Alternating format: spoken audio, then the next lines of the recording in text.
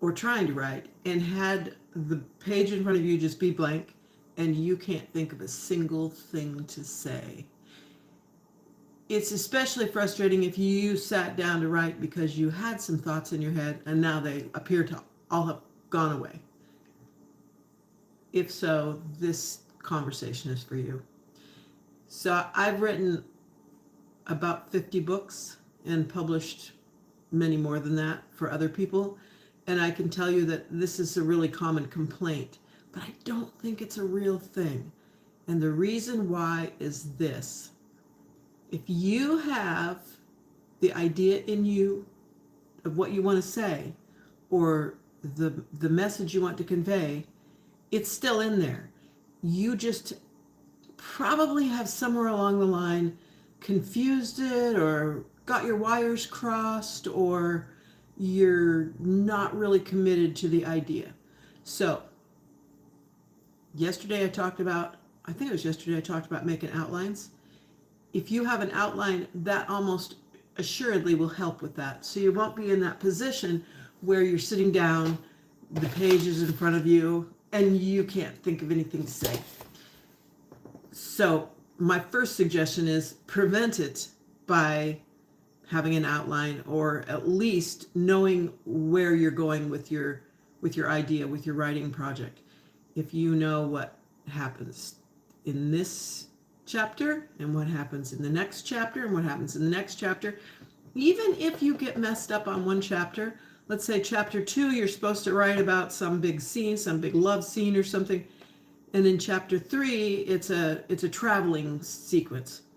If you cannot come up with how to describe that love scene, just, the next one is a traveling sequence. Start writing the traveling sequence. And quite often what will happen is you'll discover that something that you see or feel about that particular scene can then inform what happens in the love scene. So make your outline.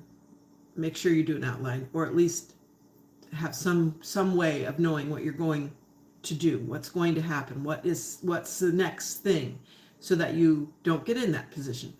But let's just say that you've had a really crappy day and you can't think of anything and your brain is just mush, and this is your one and only chance today or this week to write, and so you sit down in front of your computer, put your hands on the keyboard, and you can't put words together. They just sound stupid or horrible. This is what you do. So open up a blank page, sit down, and just start writing. Okay, so a long time ago, there's a guy named Edgar Casey. This is he was probably old when I was a little tiny kid. He might even have been dead when I was a little tiny kid. But my family was kind of unusual, and so they talked about things like Edgar Casey and Catherine Kuhlman, which is another one. She was interesting too. So Edgar Casey was known as the sleeping prophet because what he would do is he would go into a trance and he would tell people about their physical problems and healing and whatever. And one of the things he did was automatic writing. And that's kind of what I'm telling you to do, is do automatic writing. So you sit down in front of that computer and you just put your fingers on the keyboard and you just let your fingers start going, and your brain will start connecting some different things. Grandma, I don't know that you're my grandchild there, kiddo, so thanks anyway. You just let your brain do whatever your brain's going to do and let your fingers just follow along, and it's probably going to be gobbledygook, and it's kind of like stretching before you go for a run, or something along those lines. It's like, yeah, you gotta kind of grease up the joints. So grease up the writing joints by letting your brain just kind of have free reign, and maybe they'll tell you, I don't know, maybe you'll be a sleeping prophet and you'll come up with some prophetic information. But in any case, I think that sometimes helps a lot, especially because there's no pressure. You're going to write gobbledygook. It's not going to be the great American novel. It might not even have anything to do with your writing project, but it will kind of get you past that, hopefully past that point. So Do I think that writer's block is a thing? I really don't. I think it's I think it's lack of preparation, and maybe you're not really ready to go on to the next step. If you know, past the idea, you got the grand idea, what's the next step? Maybe you're not ready for that yet if you sit down and you don't know what to write, because you should have that world, if not fully formed, it should be kind of foggy in your peripheral vision of what it's going to look like, how it's going to feel, who's going to be in it, what is some of the main things that are going to happen, what is the, from the beginning point to the end point, what's the game, what's your point, what are you trying to do. Now, most of the books I've written have been romance novels.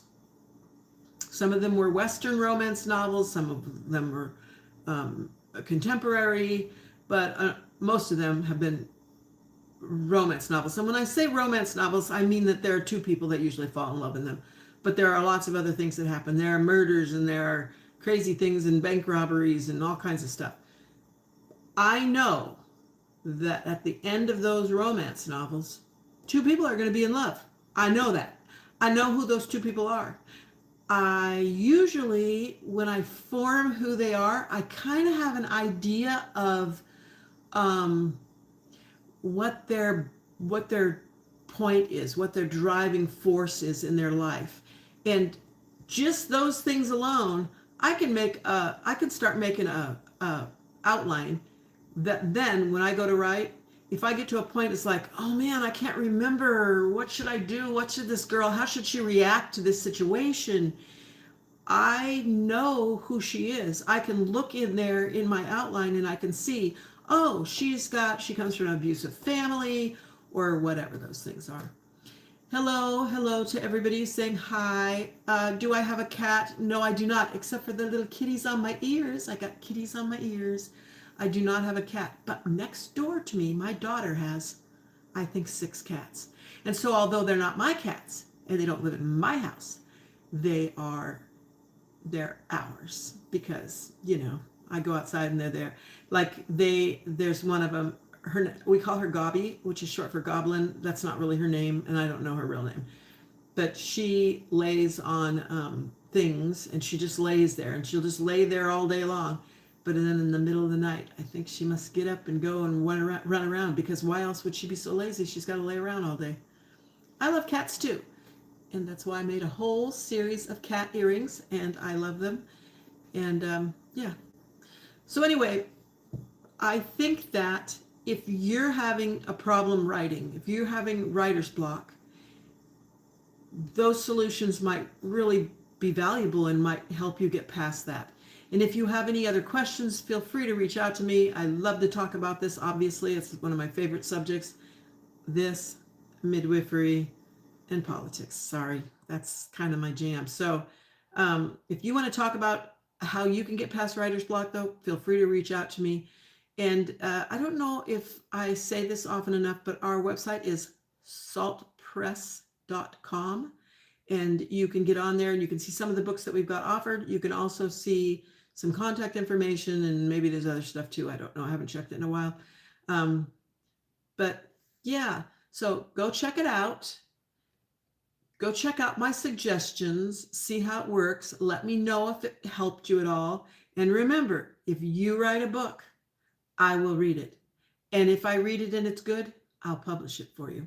So, and that doesn't cost you anything. That's another one. Oh, I got to write that down.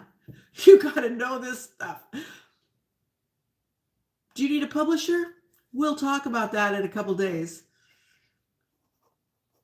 Just made a note. Yay, this will be so much fun, because yes, I have an outline and I keep track of my outline, because otherwise I wouldn't know where I was in the conversation. Okay, guys, this is almost 10 minutes and it is getting late, and I would like to try and work on crocheting a hat for me to wear on Saturday when I go walking, because it's going to be cold and I lost my hat. I don't know where my hat is, and I would like a hat on my head. Also because I cut my hair off. And so, you know, my head will get cold. Happy December 4th. Thanks for coming along. Thank you for the subscribers who just have informed me they subscribed. I appreciate that. And tomorrow, just for you, Kayla, I will wear different cat earrings. Let me make a note of that because I keep my list good. Cat earrings. And so you'll have to get on tomorrow and see what cat earrings I have out tomorrow. Bye, guys.